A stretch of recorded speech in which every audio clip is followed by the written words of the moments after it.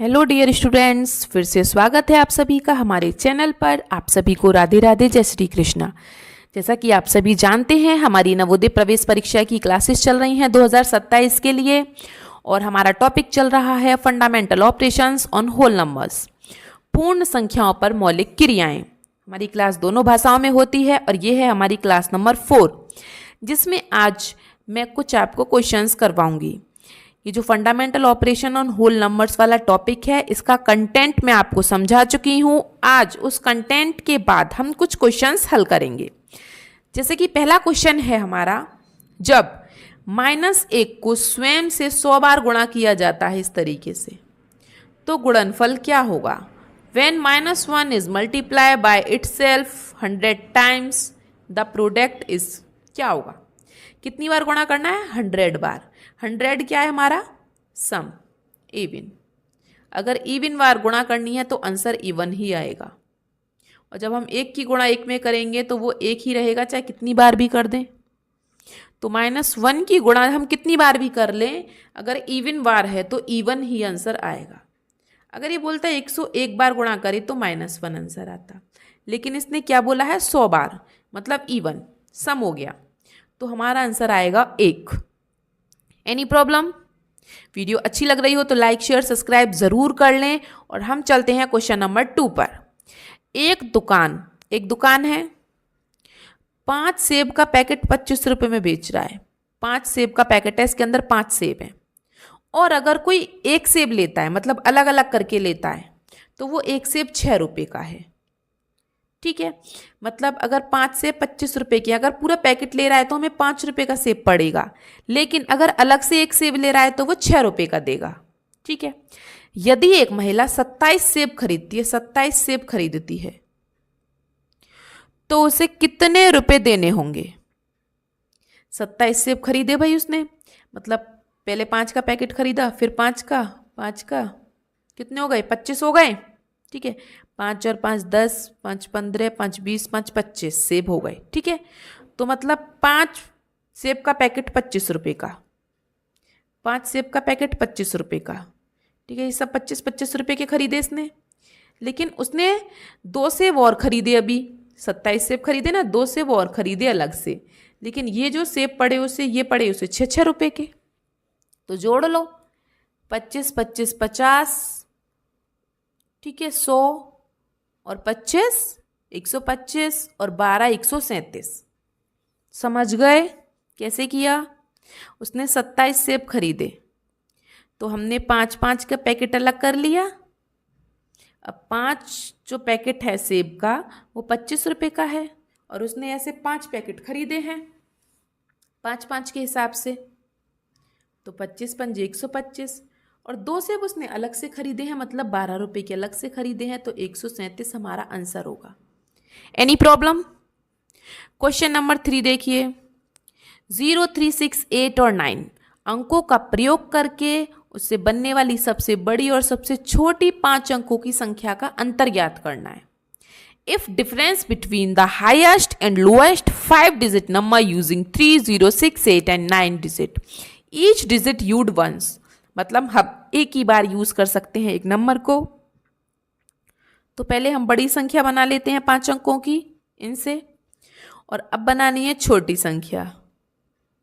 बन गई, ये तो बनानी आती है। अब हमें करना है इसे डिफरेंस, घटाना है। ठीक है, घटा देते हैं हम। क्या आया हमारा? 7 6। ऑप्शन 4 हमारा आंसर है। Any problem? नेक्स्ट क्वेश्चन पर चलते हैं, क्वेश्चन नंबर 4 पर। हमारी 2 संख्याओं का योग कितना है? इतना।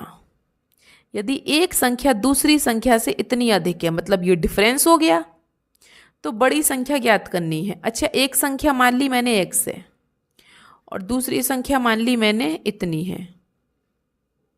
ठीक है, ये वाली बोला ना, एक संख्या दूसरी संख्या से इतनी अधिक है, तो ये एक संख्या रही, ये दूसरी संख्या रही, इनका योग इतना है। ठीक है, तो मैं इनको अच्छे से लिख लेती हूँ। 2 संख्याएं हैं, ये मैंने मान ली, उनका योग कितना है? इतना, प्लस x। पहली संख्या ये रही और दूसरी संख्या ये रही, उनका योग ये रहा। ठीक है, अब हम इसको सॉल्व कर लें। x और x 2x हो गया। अब ये संख्या इधर जाएगी तो हम इसको घटा देंगे। 2 3 4 5 6 माइनस कर दीजिए इसको, तो घटाने के बाद हमारा कितना आएगा? 2 2 4 5 5 0। ठीक है, अब हमारे पास 2 बाकी है तो हम इसमें 2 का भाग कर देंगे। 2 का भाग करने पे आएगा हमारा ये ऑप्शन नंबर 2। एनी प्रॉब्लम किसी को इस क्वेश्चन में? ठीक है, तभी कहती हूँ कंटेंट को देख लिया करो। क्वेश्चन नंबर 5, कंटेंट वाली क्लास देखना जरूरी है वरना क्वेश्चन समझ में नहीं आएंगे। ठीक है, क्वेश्चन नंबर 5 देखते हैं। ये जो संख्या है वो किस किस से विभाज्य है? अच्छा, सबसे पहले देख लेते हैं 11 और 4 से। 5 7 2 4 4। पहले 4 से देख लेते हैं। 4 का हमारा रूल क्या है? हमारे पीछे की दोनों संख्या 4 से विभाज्य हैं। हाँ भाई है, ठीक है, तो मतलब विभाज्य है। 11 का देख लीजिए, 11 से इसको कट करके देख लीजिए। सम और विषम अंक हमारे, ठीक है, सम अंक को जोड़िए, 5 और 2 7 और 4 11, और विषम अंकों को जोड़िए, सॉरी अब सम है, पहले विषम थे, 7 और 4 11, मतलब 11 से ये भी विभाज्य है। तो मतलब पहला ऑप्शन ही हमारा सही हो गया। आगे हमें जाने की जरूरत ही नहीं है। ठीक है, ये मैंने विभाज्यता के नियम से सॉल्व किया है। देखिए ये आ गया यूनिट डिजिट वाला क्वेश्चन। अब हमसे कहा इसने कि इसका यूनिट डिजिट बताओ, इकाई का अंक। अब आप इसकी कहाँ तक गुणा करते नहीं कर पाते ना, तो हम इसकी यूनिट डिजिट की गुणा कर लेते हैं, इकाई के अंक की। सिर्फ इधर से 4 ले लो, इधर से 8 ले लो, इधर से ये 1 ले लो, ये तीनों अंक ले लिए इकाई के। ठीक है, 8 एकम 8, 8 1 जा 8, 8 और 4, 8 4 जा 32। हमसे पूछा इकाई का अंक, तो इकाई का अंक हमारा क्या आएगा? 2, मतलब ऑप्शन नंबर 4 हमारा सही है। क्वेश्चन नंबर 7 देख लेते हैं।